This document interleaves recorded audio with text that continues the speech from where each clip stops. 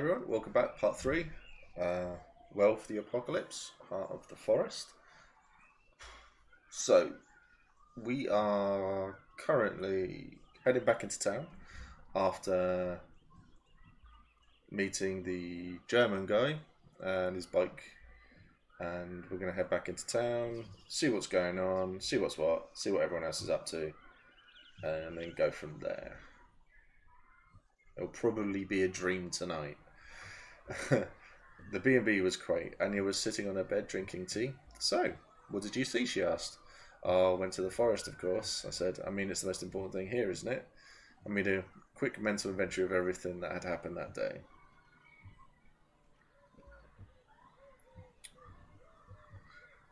I was moved by the story of the wolves. I was told a story about the wolf cubs that were kidnapped and died in captivity. It stayed with me, It's awful what they do to animals, she nodded. They were cutting down the forest. I can't believe that they're logging here. I shook my head. Isn't the forest on a UNESCO list or something? Yeah, I know. That's an international there's an international protest going on. Anya said excitedly. I was there all day. You can come with me tomorrow if you want. Place of power was an impression. Went to this place of power and I felt a strange energy there, and there was this guy who really understood what I was going through. Ooh, she looked excited. Mysterious energies in an ancient forest, so very magical, she laughed. Daniel was a strange guy. There's something strange about the forest guide. I tried to put my finger on it. He acted like he learned how to be a human from a book he didn't understand. I think I've heard about him today. Daniel, right? It seems he's the best guide out there. And I was freaked out by the vision of the barrows. So this is going to freak her out. Something strange happened when I was visiting the old barrows. I said I honestly regretted it. Never mind, I was probably just dehydrated. The heat, right? It's awful. She shuddered. I don't feel like talking anymore. You know what? I'm seriously tired. Let's call it a day, shall we? Soon we were both in our beds, ready to sleep. I was tired, sure, but also excited. And excitement isn't the best thing for sleep. I lay there for a while, thinking about everything that had happened and that might happen next. The wind from the open window lapped over my skin as I watched the silver rectangle painted on the wall by the moonlight. Every time I closed my eyes, I saw the tangled branches, the stone Daniel asked me to throw, the leaves. I came here with one question, and now I had so many. I felt I was getting closer to my answers. Hint, I should go and see the logging protest. I was going to. I felt that the answers I were looking for were within my reach. I should go and see the logging protest, find Cornell and make him talk. After a long while, all these thoughts became blurry. They slowly started to turn into pictures, sounds and colours. I drifted off. Ooh. So the demo I played had already finished by now. I think on the demo I was a theurge, but this is all completely different this time. Two black holes underneath a crooked tree stare into the night. Quiet and vigilant. I feel the excitement rising deep within my stomach, then throughout my whole body. So is this the den? I am a weapon. I am a razor-sharp knife. I am a sword. I am a gun waiting to be fired. I'm asleep for now. But soon someone will use me, and I can't wait. I feel a pull. I feel a pull and I surrender to it. I am pointed towards a clearing. Ooh. There are piles of fresh corpses of people who died too young, skinned and mutilated. Their loved ones stand around them, grieving, unable to do anything, waiting, and suddenly they are just trees and tree trunks. I howl. Inspiring 7. I look at the moon and I howl. The trees are dead and I'm the only one left to sing their story. There is a stench in the air like meat rotting in acid, but somehow worse. I see the monstrous army, their mandibles are whirling chainsaws, their long metal arms are wrapped with black pipes that look like glistening intestines. Their smell is vile, they wait unmoving.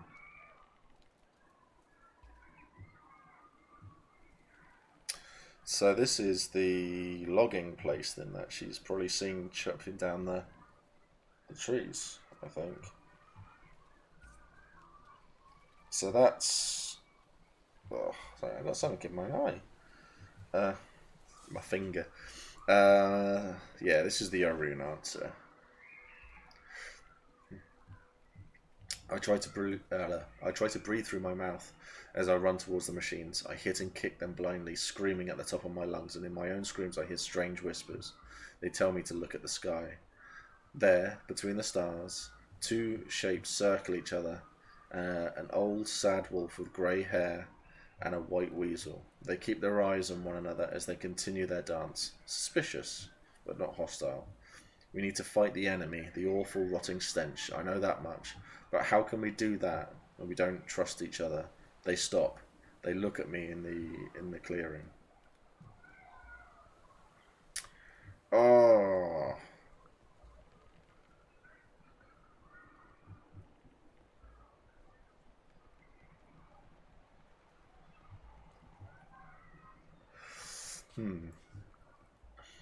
Should we sing at them?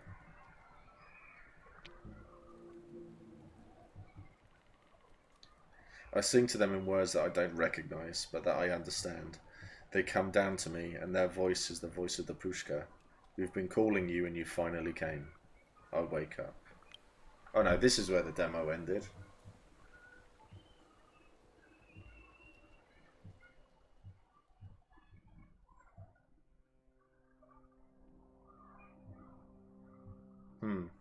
Chapter 2, logging. See, my fan brain is kicking in now with all of this. And I'm trying to figure out... So we got some... There's a couple of totems there. So the totems are like powerful spirits who... like the tribes and packs have and stuff like that. So these are things that people go to go, what do we do with this thing at this time at the place and stuff like that. So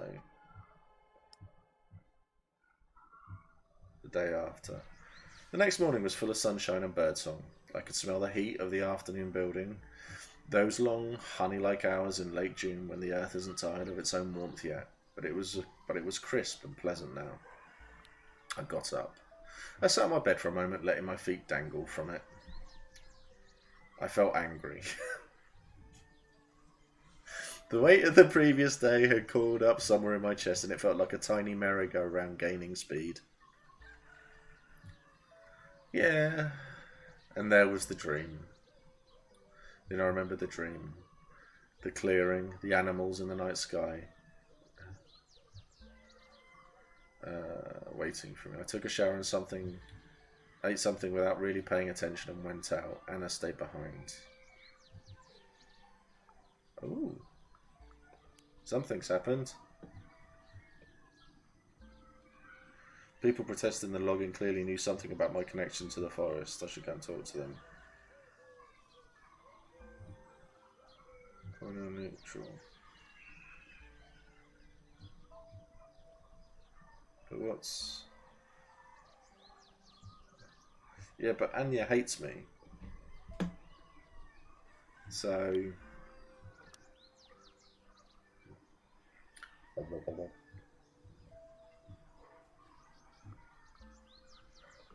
Protests, activists, answers. Well, that's so cool.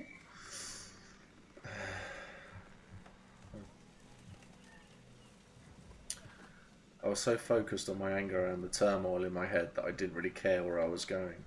When I stepped out of it, the sun was shining.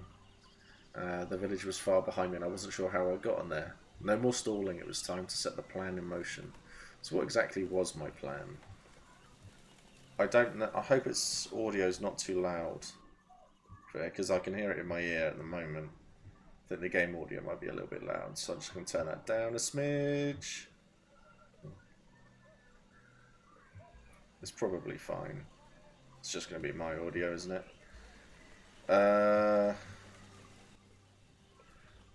So, what exactly was my plan? You stop the logging, you're going to get yourself arrested or killed. Had to figure out the forests. I need to find someone. So yeah, let's go and find Bartek. Cornell, rather.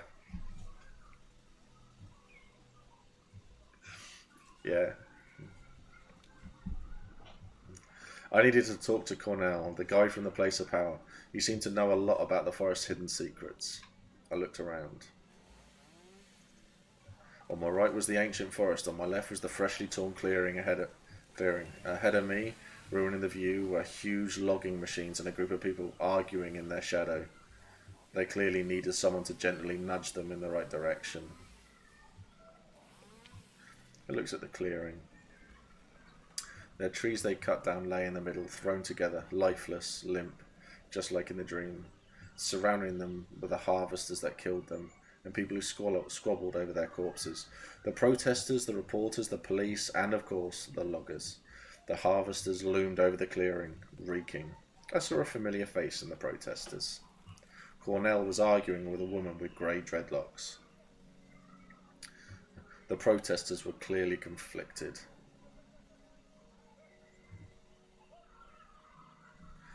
So I think she's becoming a leader, isn't she? I have business to do. Maybe I could solve the conflict there. Analytical. Ooh. One of the police officers, young and nervous, said something I didn't fully understand. I shrugged. The police are cautious. I don't understand. His face fell. Oh, he said, you're one of them. And then let me go. Then I noticed that I wasn't alone. That someone used the commotion to sneak with me past the police, a girl with several bleached out hair. Don't worry, she patted the officer on the arm. It was an awful pick-up line anyway, he recoiled. You shouldn't touch me, ma'am. I smiled. Pat. I smiled at her and wanted to say something, but I was interrupted. Pat! Cornell called to her from the gathering. Could you come here? I need you to show Olga that chart. She sighed, reaching to her backpack and taking out a tablet. And they're at it again, she murmured under her breath, and winked at me. Coming? I went towards the activists. As I walked towards Cornell, I heard more and more of the argument. Olga, you can't, Cornell was saying. Pat stood next to him with a tablet. She looked a bit amused. Do not fucking tell me what I can or can't do, Cornell. Yeah, Cornell. The woman with dreadlocks interrupted. I can, because they are destroying our mother. I can fight with all the means at my disposal, even if it means burning those harvesters to the ground. I noticed Daniel standing near her. He took a few steps back and went towards one of the harvesters. Turned his back on us all and pissed on the machine. Olga smirked. Oh, Daniel, you know how to bring the point home. He looked at her confused. Cornell raised his eyebrows. Burn the harvesters, Cornell asked calmly. In this drought, Olga, are you out of your mind? You know what I mean. We fight them any way we can, because this is a fucking war, she spat. He sighed. You've never seen real war, and it shows. Nobody is shooting us, and believe me, we want it to stay that way. We need a peaceful protest. So this is all based on fact, not the werewolf part of it, but the logging and the protests and stuff like that. So these are all things that really happened.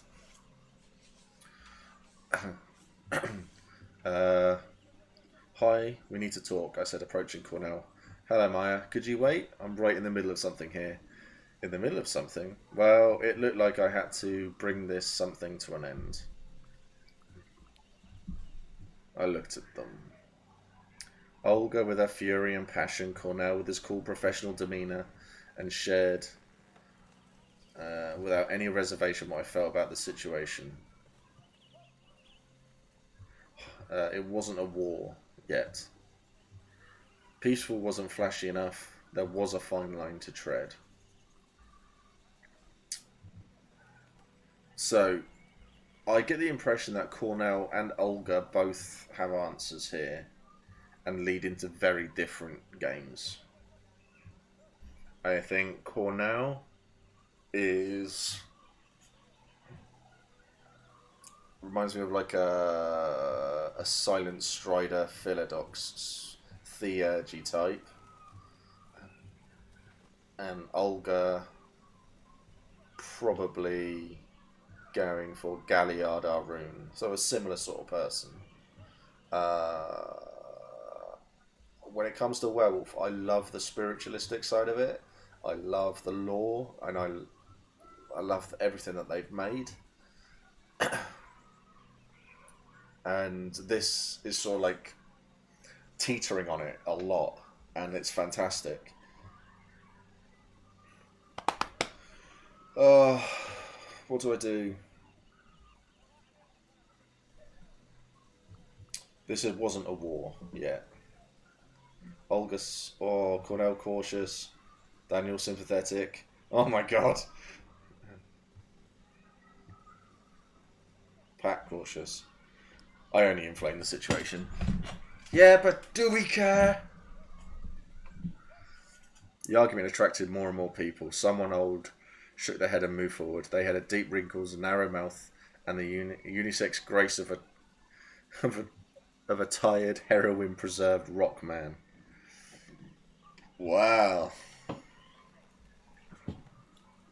I do apologise for the glitchiness around me.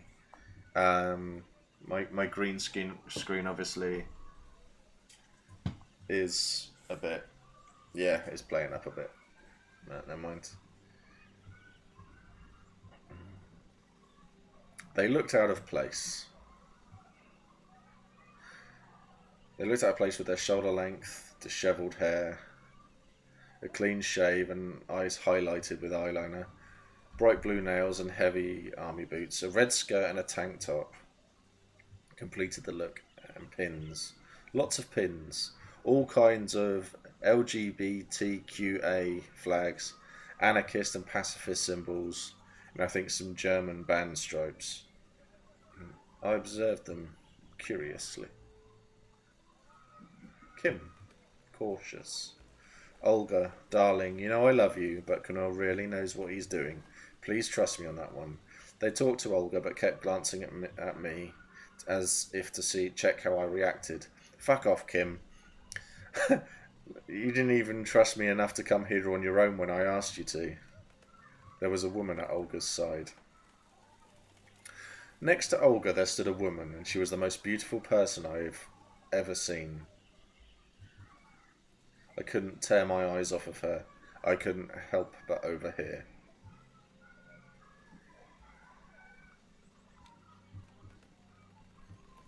She had a perfect hourglass figure, long braids, and the most stunning cheekbones. Her eyes, slightly slanted, were a weird shade of blue. Deep, almost purple. She had a peculiar accent. Lisa, sympathetic.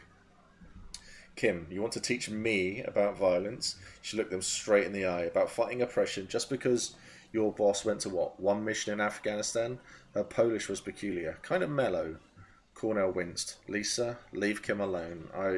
You didn't know what to say, and it seemed that the whole discussion would be derailed.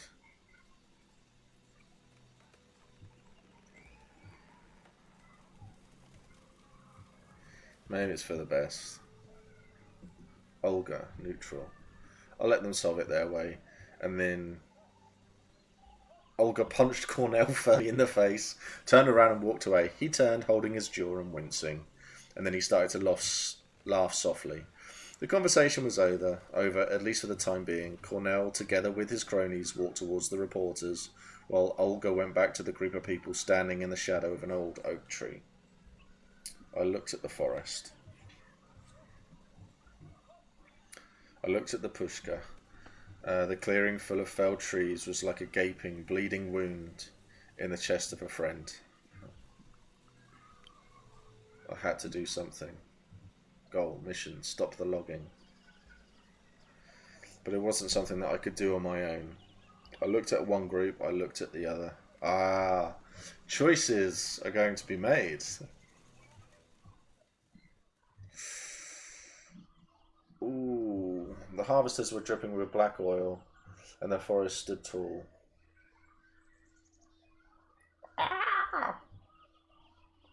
But Pushka can give us answers.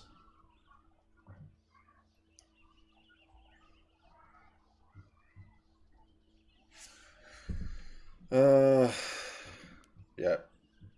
Let's go for this. As I approached, Daniel pricked his ears. I could have sworn they moved. Hello, Maya, he grinned at me. I felt Olga's eyes on me. And who the fuck do you think you are? She demanded. She stood there with her arms wrapped around the waist of another woman. It was Lisa. She winked at me and mouthed it's okay. I didn't care about them. I wanted to act. Olga, sympathetic. I couldn't care less about her opinion. I knew why I was there. I'm someone who wants to burn these fuckers.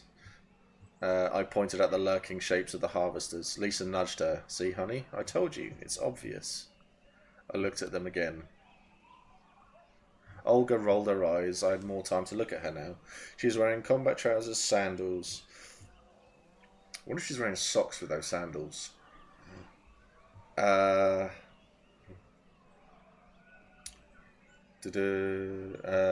lost my place. I had more to learn. She was wearing combat trousers, sandals, and there was a small silver double-bladed axe hanging on a string around her neck. The Labris, a lesbian feminist symbol. She wasn't hiding where she stood. She acted like she knew something about me. Yeah, that was odd. I feel like there's something personal going on here, I said bluntly, but I don't even know you. Oh, Maya, but I know about you, she laughed bitterly. When the Pushka is under attack, she reaches out and picks someone. This time, Goddess knows why she picked you to help her. She seemed to believe it. The Pushka has reached out to me because she was in danger. I looked at her, skeptical. But he seemed to believe it. Oh, but she seemed to believe it. The question is, she looked at me as she put... I'll read it and then I'll have a look at my character sheet. The question is, she looked at me as she paused, will you do it? Before I could answer, there was a commotion. A change of mood. Olga stiffened and looked over my head. The police were coming. So, bravery has gone up. Analytical has gone up. I was told that the Pushka had reached out to me because she was in danger. Find a way to stop the logging. Pursue to regain willpower.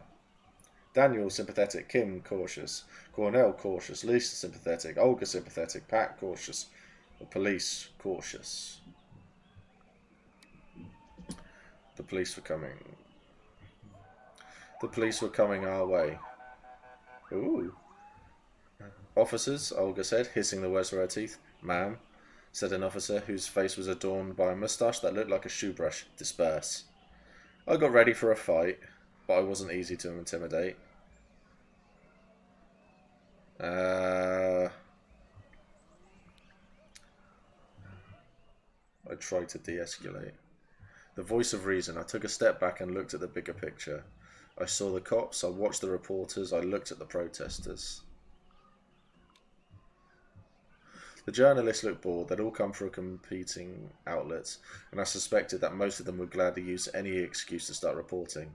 I felt Olga looking at me. She caught my gaze and raised her eyebrow. I grabbed a megaphone.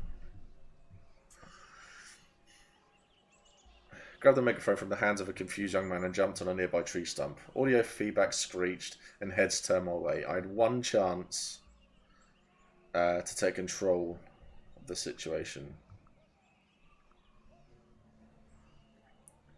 We should focus on what was important. Further escalation made no sense. No, because we're about to get arrested, I believe. So let's focus on what's important. Inspiring, yeah. We're all here for a reason, I began. The police have their orders and we want to save our forests and press. And the press need a good story, but we have to look at the big picture.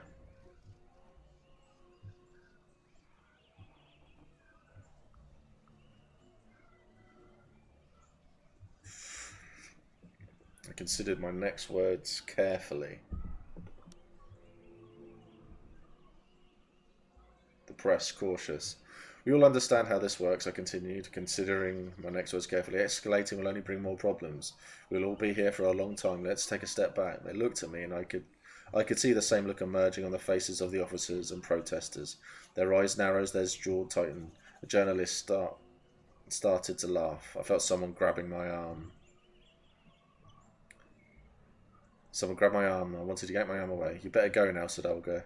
We'll take it from here. Oh. When I was on the road to the village and nobody could see me, I stopped and screamed.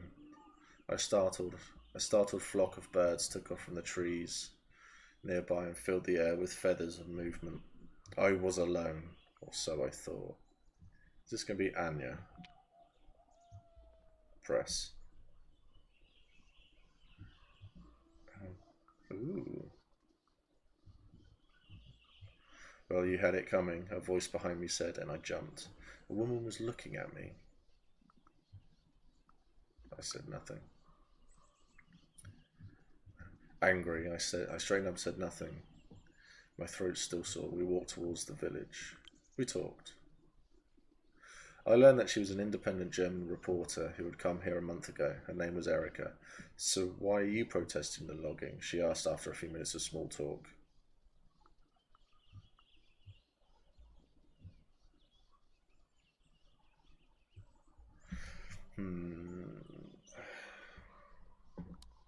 For personal reasons. I came here for personal reasons and I dropped right to the middle of some eco-guerrilla campaign, I shrugged. And for many reasons my interests were aligned with the protesters. I looked at her. Why are you asking? She looked at me with renewed interest. Do you know why they are cutting down the trees? She asked back. Because you do know that the logging is done by a government company, the state forests. But why? Wasn't sure if I understood. Should the state forest take care that the forest... Should the forest take care that the forest was healthy? Erica reached for her notebook. It all started with spruce bark beetles. Erica looked into her notes and started to explain the whole situation. That year the beetles' infestation was catastrophic. It was of catastrophic proportions, and the foresters decided that the only way to stop it was and save the rest of the forest was to cut down as many infested trees as fast as possible. Couldn't they just remove the dead trees? But was the logging legal? But is the logging legal? I wanted to know. Opinions differ, but such massive logging in a UNESCO-listed area might be illegal, Erica answered. Couldn't they just remove the dead trees? Maybe if they removed the dead trees, the infestation wouldn't spread. I tried to find a solution. They might do that, but dead trees are what makes the forest unique, Erica smiled. There are 20 times more species living on a dead spruce tree than on an alive one. But was cutting down the trees necessary? Cutting down the trees the only way to stop the infestation. The foresters state that this is the only way, she said. Some biologists argue that they are cutting wrong trees and doing so it's too late to change anything. Do they have to intervene at all? Could they just leave the pushka alone and let nature take its course? I asked. That's one of the options, but there's a drought and no one is sure the forest would survive on its own. It was infuriating. Why couldn't she just answer my question? Whose side was she on? Press unfriendly. It's up to you to decide what you want to do. How convenient, twat! She was putting herself in such a convenient position. Unfortunately, I couldn't just pretend that it was my business. At least, I was sure they were cutting down the trees and the pushka needed my help. And who controlled the narrative? All the public media explain why it's necessary and legal, she answered. And that's why I want to help the protesters, I explained. They need to be heard. She looked sceptical. You're not the only one feeling helpless, she sighed, but anger makes you see things in black and white, and the truth is always more nuanced than that. So what was right and what was wrong?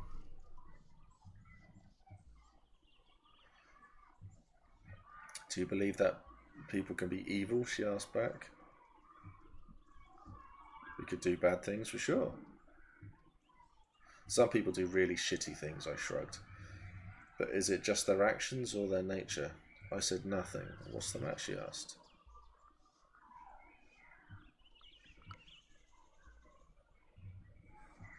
I'm so fucking angry at what I saw.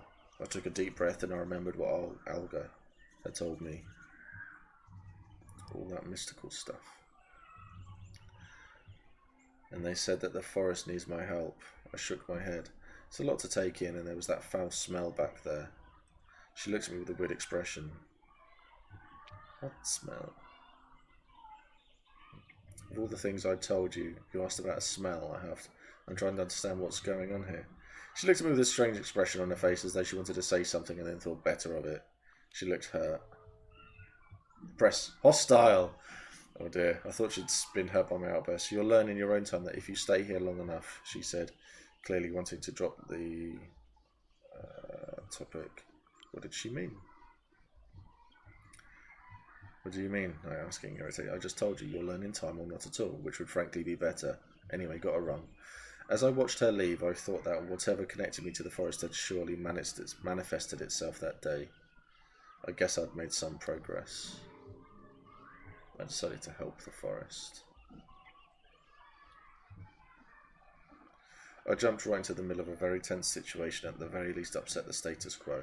I just hoped I hadn't made things worse. I walked on in silence. Time to regroup. When I came back, Anya wasn't there. I spent a few minutes in blessed solitude trying to put everything together before she came. When she did, she looked at me curiously. So how was your day? Anya asked.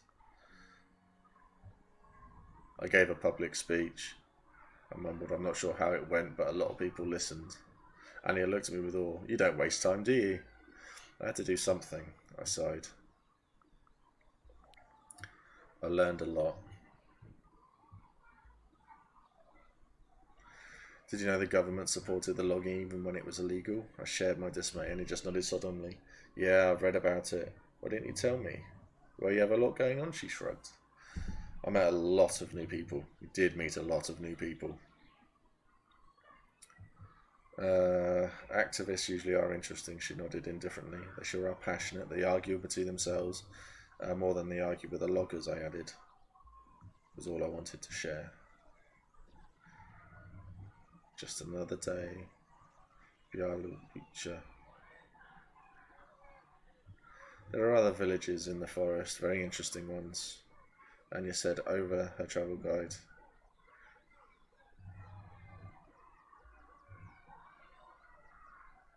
Pogazeltsi, Budi, Teramiski, Zalonica. I've heard of Zalonica. Shalonica. While you were protesting, I visited an open-air museum and saw the bison. You should see some more of the area.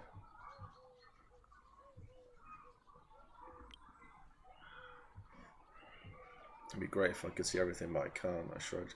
I want to focus on the logging, even if I'm missing something else. And how's the search for your roots going, Anya? Anya couldn't stay silent for long. I shared what I'd learned. Anya's neutral now. They say that when the forest is in need, it reaches out to people, I said, and for some reason this time it reached out to me. Wow, Anya looked impressed, but you do know it's a metaphor. That ended the conversation. I was tired.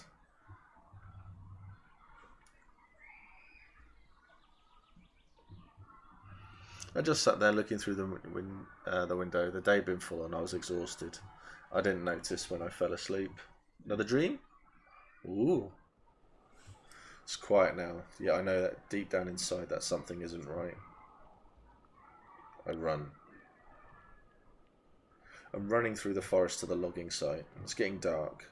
The light seeps away as though there are millions of tiny punch holes in the sky through which it can escape, and the darkness starts to pour in. I welcome the darkness. It's thick, oily, snake-like. It wraps around my ankles, caresses my wrists, then takes my hand and leads me to the site. It's full of maimed bodies. They are all trees, fallen trees, still alive, still struggling for air. And there's the stench. I see movement in the darkness, but I'm not alone. There's the stench.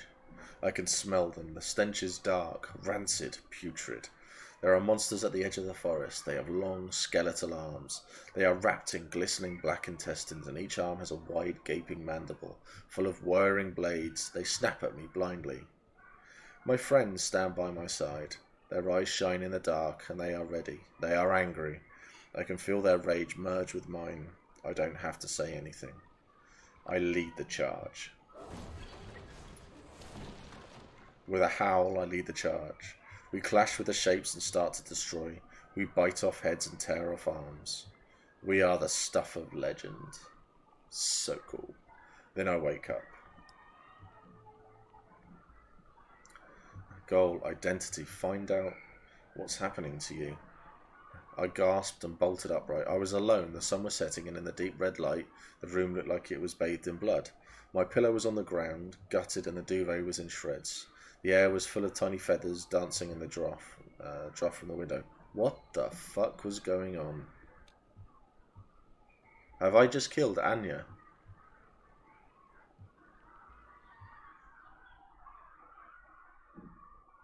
Oh no!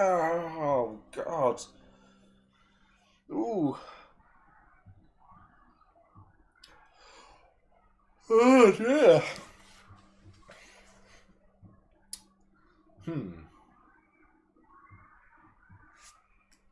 What the fuck is going on? That was our first change, had to be. I need to talk. I couldn't get back to sleep. Since I arrived in the accursed village, things are getting stranger and stranger with every passing hour. I'd now ripped a pillow in half in my sleep. Nothing about it was normal. I needed to talk it over with someone I trusted. You've met them for a day. Come on, love. You've only known them for a day.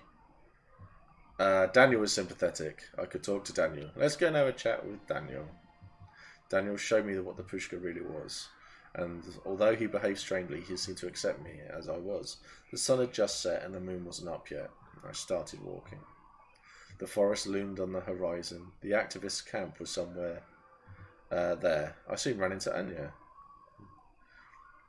Oh my, good to see you, she said. We need to talk. Prediction time. Anya had changed, and while in Karina's form, Glabro, something like that, bigger form, ran to the logging site and has killed everybody there. That's what I reckon. I was all ears. I'm wondering if everything is okay. You've been acting strangely. Okay, I was very, very wrong. She explained with a sigh, I've asked around and it seems you've made some risky friendships. Gold Forest. They know something about the forest and my connection to it, I answered, and I need that information. She could come with me if she wanted. Probably not. I know you have your own things to do, I admitted, but if you want, you can come with me. Anya smiled. Sure, sister. And we walked together. Okay. So this episode's been a bit longer than I intended. But I'm carrying on because I can't stop playing at the moment. I'm enjoying it too. I'm engrossed. The camp had a different vibe than the login site protest. There were more people there. We looked around. Excuse me. They are coming and coming, and he laughed, excited that people in the camp seemed quite cheerful. The smells were intriguing. I watched them for a moment. Someone was singing. Yeah.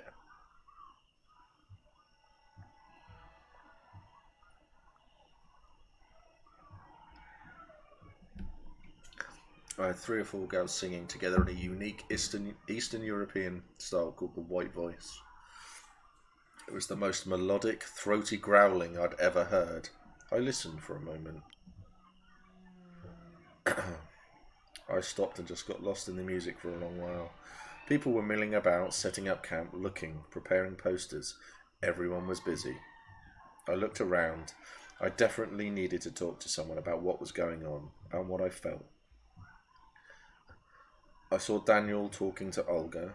Cornell was there as well. So Daniel trusts us. Let's have a look. So inspiring has gone up. So to help the forest. Find out what's happening to you. So Anya is neutral. Cornell is neutral. Olga is neutral. The press just fucking despise me. Don't care about that. Daniel is sympathetic. No, so Daniel is the one to go to there. But Cornell, I reckon, is something special. So let's go and talk to Daniel. I saw Daniel talking to Olga. I came there looking for Olga, and soon I spotted her. Okay. Well, hello again, she greeted me. I didn't expect to see you here so soon. Actually, she gave me a long, hard look. I didn't expect to see you again at all.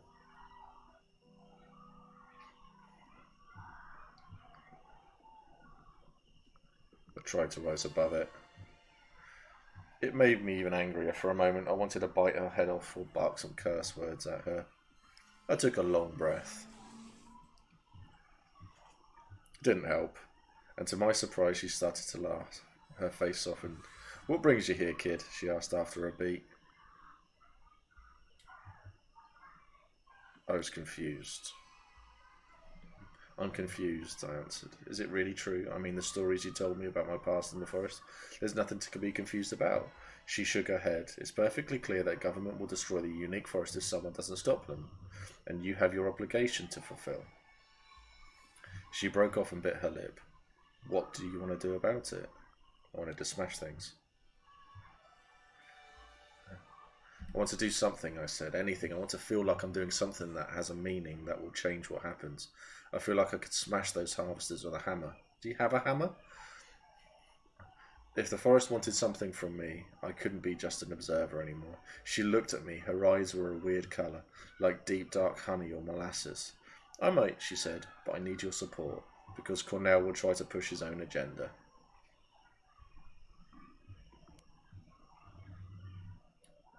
Ooh.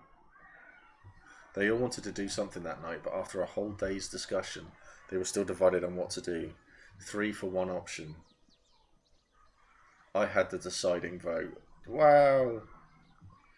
Preemptive strike!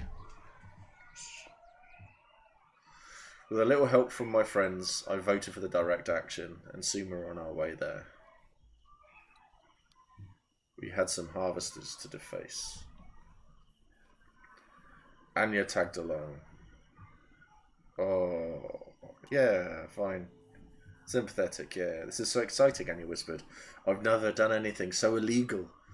We were just a group of dark silhouettes running through the night. The moon was waxing gibbous. I wish there was more light. I walked carefully. I hid in the shadows. Let's walk carefully. I was, of course, glad. I would have preferred a full moon for the visibility offered, but it was almost as good. So this is very much, yes. Yeah, okay. I'm mumbling like crap at the moment. So this is showing, I think I know what auspice we're going to be then. We soon reached the logging site. Goal, stop the mission logging at any cost. As we were going to the logging site, I realised that this was not the non-violent way I hoped to follow. I shrugged. Plans change, and usually for a reason. Olga stood in the middle of the clearing, looking at the harvesters. She had a backpack on her shoulder. When she moved, I heard a metallic clatter come from inside. Let's get going, she said. She looked different in the dark. She seemed more angular, broader. I couldn't wait. Yeah, let's smash something, I agreed. Olga reached into her backpack. She tossed something my way. It wasn't a hammer, but a can of spray paint.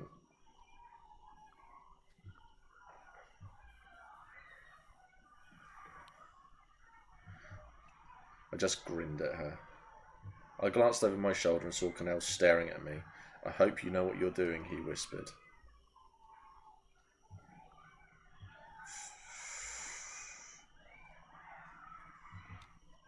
He's not going to like it.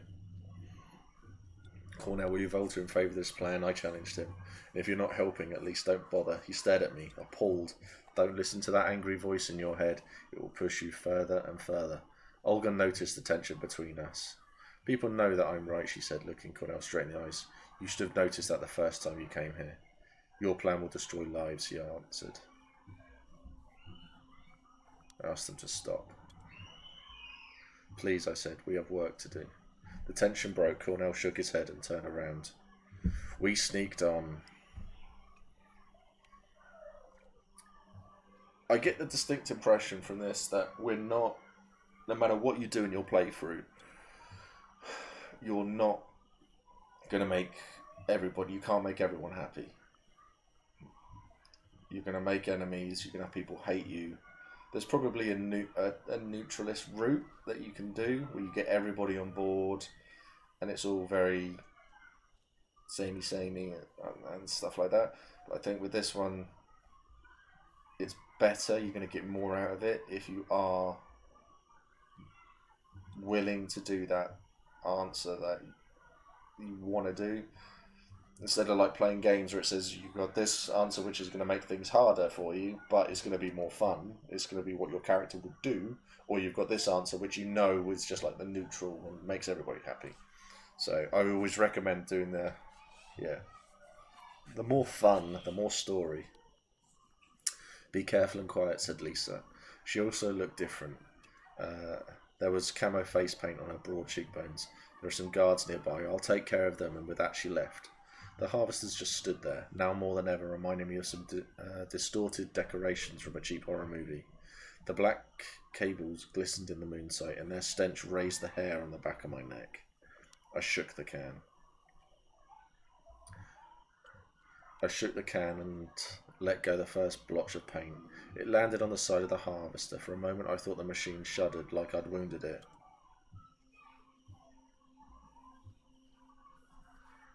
A sudden wave of anger hit me. Kill it.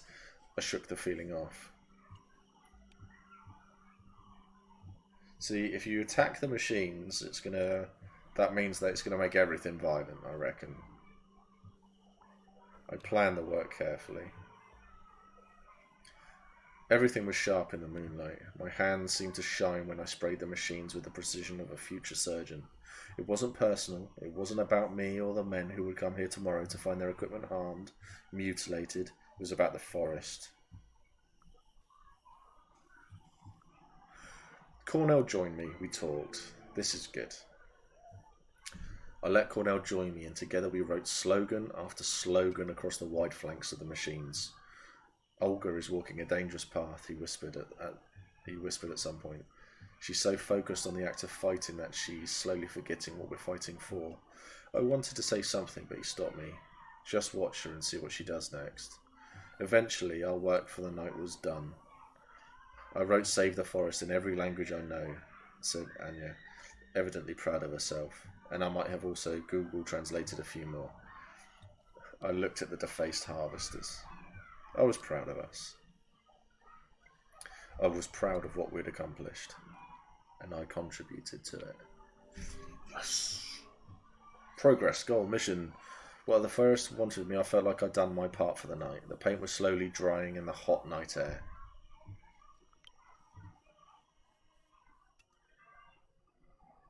Oh. What's that? You stopped for just a minute to admire the work, and for that moment everything was still in quiet. The air smelled of spray paint. Oh, I wasn't expecting that. And then the silence was broken. Hey, what are you? What the fuck? Oh shit, panicked Anya. The guards. So, this wasn't a good moment to panic. I took a deep breath and focused on the rhythm of my heart. It wasn't a good moment to panic and act impulsively. I looked at the guards. The guards were coming, and technically we were destroying property, but they were destroying the forest. Looking at the silhouettes between the trees and their flashlights, their batons and all their gear, I realised they didn't belong here. They were wrong. I was ready to confront them. I should listen to reason. I let the forest speak through me.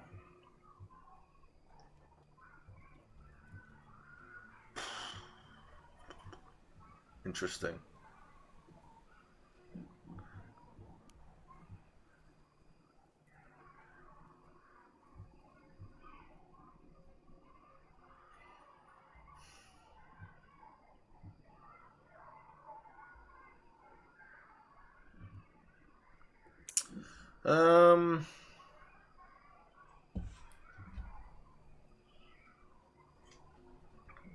Oh, let's go for that.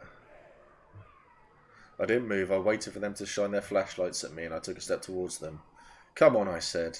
Be reasonable. You must see who's in the wrong here. Oh, they're going to beat the shit out of me, aren't they? Oh, yeah, that's not good. Negotiations. One of them laughed nervously. Is that a threat? You threatening us, girl? Olga laughed from behind my back. Oh, you have no idea how threatening we are. Ooh. Olga's behind me. Olga is definitely Guru. I took a step forward.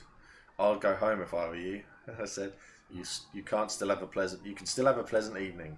A job is a job, said the one closest to me, a grim shape who pointed his flashlight right to my eyes. We're calling the police. Don't move. I crossed my arms. I'd like to see you try, I grinned. We had numbers after all. He paused, unsure, and in that instant the phone flew out of his hand. I don't know how Kim got behind him, but they were there, chuckling mockingly. Oh, sorry, did you want to call someone? The man turned around and punched them right in the face. They didn't even flinch, and then they grabbed the man, lifted him up, and threw him at the other guards. I grinned and joined the fight. This was too much. That was too much for me. I ran.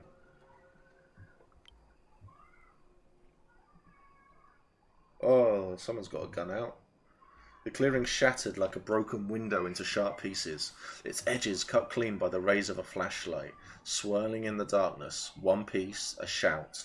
Another, a silhouette leaping, a dodge, a grunt, a punch, a cry. Curses in 3 different languages. I danced between the pieces, balancing on the edges. I body slammed into one of the men and he stumbled.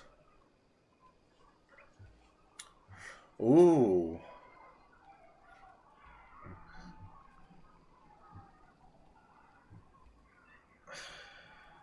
See, Pushka is loyal to me, so will Pushka help? I lured him to the forest. Oh, spiritual now. Whatever my connection with the forest was, it was a good time to use it. I laughed at him and ran towards the trees. He came after me, blinded by anger, tripped on a root sticking out of the ground, and fell with a loud thud. A flashlight shone his way. Anya screamed. Oh no. Anya screamed and grabbed my arm. I saw blood on his head, blood on the stone next to his head, blood on the ground, dark and fresh.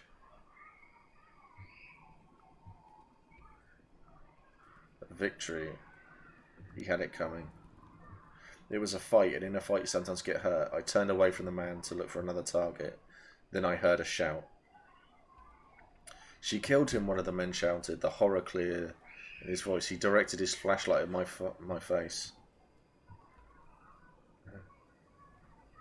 I yelled to scare him. I covered my eyes. Let's yell back.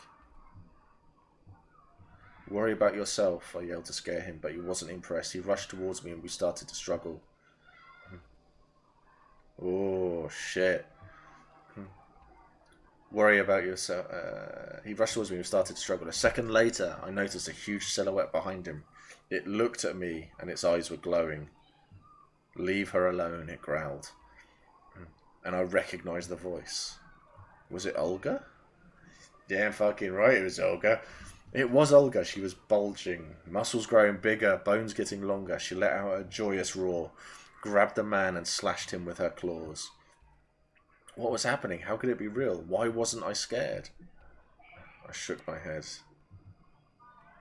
Something warm landed on my face. More blood, howls, terrified screams. Anya looked at me, panicked. What do we do? The man screamed again and pointed a gun at Olga. I attacked Olga. I attacked the man with a gun. Oh, I might get shot here. I acted on instinct. I zeroed in on the man, pointing the gun. A gunshot tore through the night. Oh, no. And then there was only pain. Oh, 2 health. The pain was unbearable. Nothing in my life had prepared me for this. I wasn't ready to go. Wow, that sound... I don't know what my audio's like on this. But that audio, Dragner, fuck me. Oh, look at the moon. That's so cool. The audio track to this game is incredible. The pain was unbearable. Nothing in my life had prepared me for this. I wasn't ready to go. I tried to stop the bleeding. I knew I was dying. I am not ready to go. I screamed defiance to the forest, blinded by the blood in my eyes and the searing pain in my shoulder and chest. I knew death was coming for me, but I wasn't ready. Ah, am I dead? Is that game over? My story had just begun. I didn't want it to end. The forest caught my fall with a bed of moss and twigs. I stopped thrashing and a cold numbness engulfed me. No, I tried to get up. I punched the earth trying to get some feeling in my hands. I gritted my teeth and tried to get up. I collapsed. Again, I felt so cold. Suddenly there was light. I looked up. The full moon. Oh, I think something's going to happen. It looked different.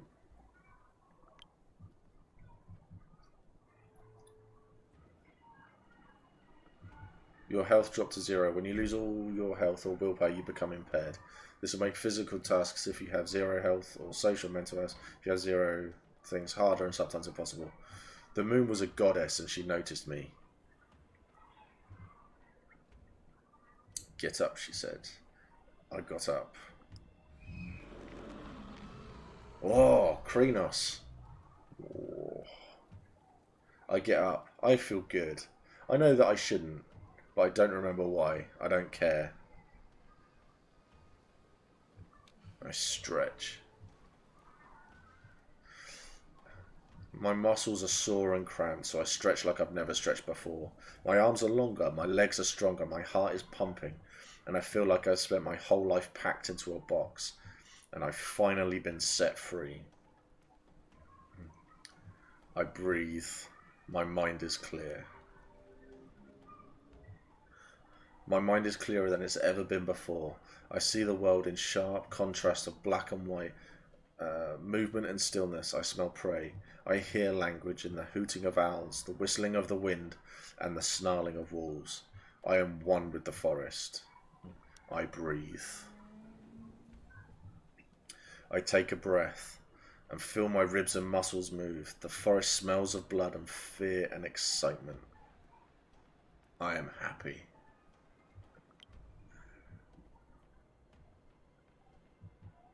I laugh happily and the others' laughter joins me. We laugh and sing to the moon.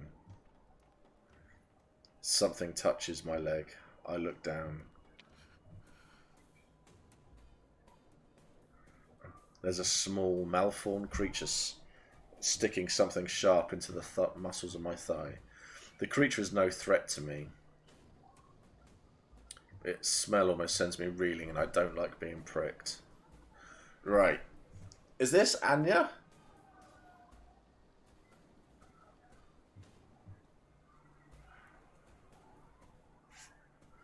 Or is it... rip its head off. I reach out lazily and rip its head off. Blood blooms from its neck like a beautiful flower. I throw the head towards the moon. My eyes prick, and I hear more creatures running blindly through the bushes.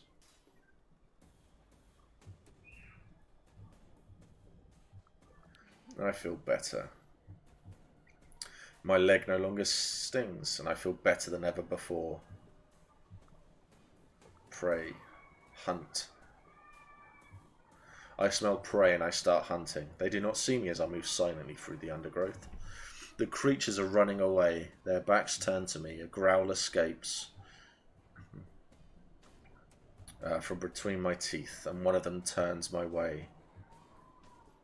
It challenges me. I attack. I don't skip a beat as I lunge at it and close my jaws on its head. The taste is sweet. Piercing light burns my eyes. I hear more creatures coming my way. They want to hurt me.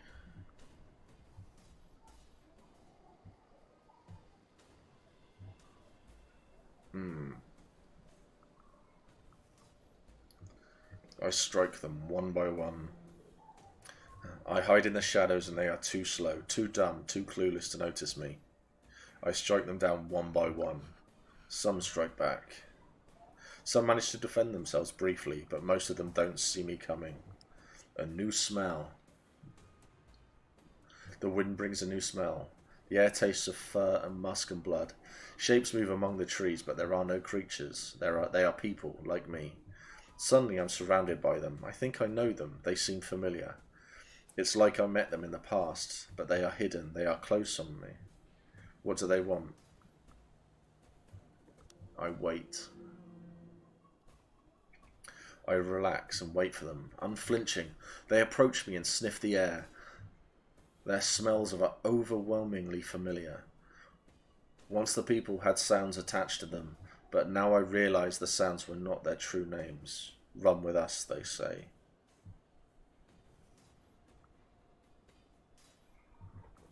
And we run. And we hunt together, and there is joy. There are no words to describe the thrill of being part of a pack and closing in on your prey and tearing it apart. Then I get lost chasing something only because it's escaping. I'm alone in the heart of the forest. I look up and see no moon, only clouds and tangled branches.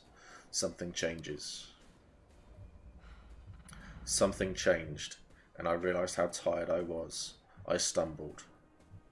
Darkness.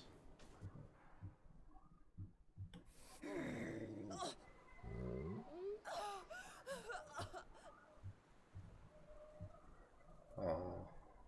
The night sky was full of stars. I opened my eyes. Confused, I opened my eyes. The forest around me was thick and dark. The tree trunks, wrapped tightly in dark-leaved ivy, were covered in ripples of lichen, where the vines hadn't taken hold. The thorny, leafless bushes at their base were overrun with nettles. The fungi radiated with a ghoulish, sickly light. Dark, sponge-like mushrooms clung to the fallen trees. I tried to breathe. I was cold. Something was wrong. I couldn't shake the feeling that something wasn't right. I looked down and saw my hands covered in a dark substance. I was naked. A sticky, glistening film of liquid was clinging to my skin. I could feel it on my face and my hair. Blood.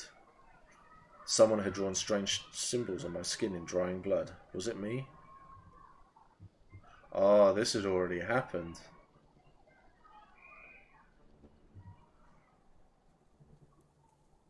Huh. I knew what was coming. I remembered my dream and slowly lifted my eyes. Ha! Dead bodies were strewn around. There was a severed head right in front of me. I felt sick. The face was contorted, the eyes bulging, the mouth open, the tongue stuck out. It was obscene. I doubled over, retching. I recognized that face. It's Anya, isn't it? It's gonna be Anya.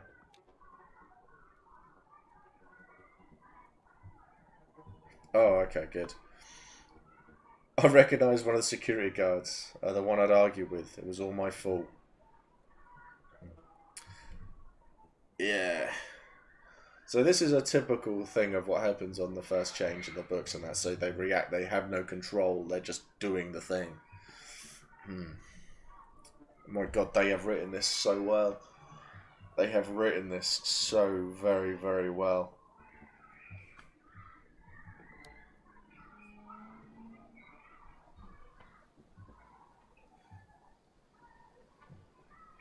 No, I let out a long blood-curdling scream. The night swallowed it. The bushes rustled. A moment later I saw Olga coming out from between the trees. She looked at me at the head, at my face. She came closer and squatted beside me. It's okay, she patted my shoulder. You're a werewolf. I looked at her. I blinked. Everything faded to black. Wow. That was very succinct, wasn't it, Olga? You're a werewolf. Lost in the woods. So, that was a very, very long video, that one. I'm going to call it there. So, and then I'm going to carry on with this one in the next video. Okay?